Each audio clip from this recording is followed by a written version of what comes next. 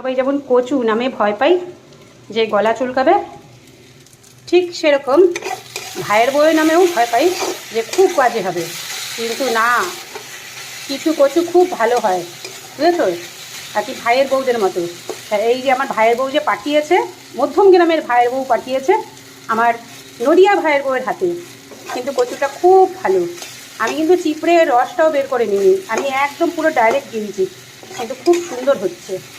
আমার ভাইয়ের বউরও যেরকম ভালো, কচুটাও সেরকম ভালো। কচু পাওয়ার ভাগ্যের ব্যাপার, ভাইয়ের বউ পাওয়াও ভাগ্যের ব্যাপার, কিন্তু দুটোই আমার ভাগ্য ভালো। আমি কচুও ভালো পেয়েছি, ভাইয়ের বউ ভাগ্য ভালো পেয়েছি। আমার ভাইয়ের বউ এই শুনেই খুশি।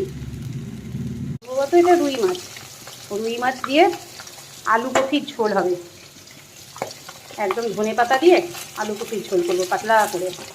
মাছের ঝোল কমপ্লিট। এবার ভাজা মাছ দুটো দিয়ে দেবো।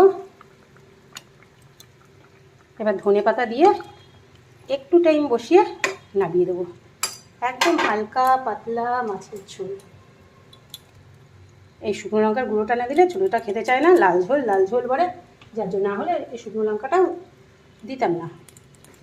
এই যে ব্যাস হয়ে গেল মাছের ঝোল আমার কমপ্লিট।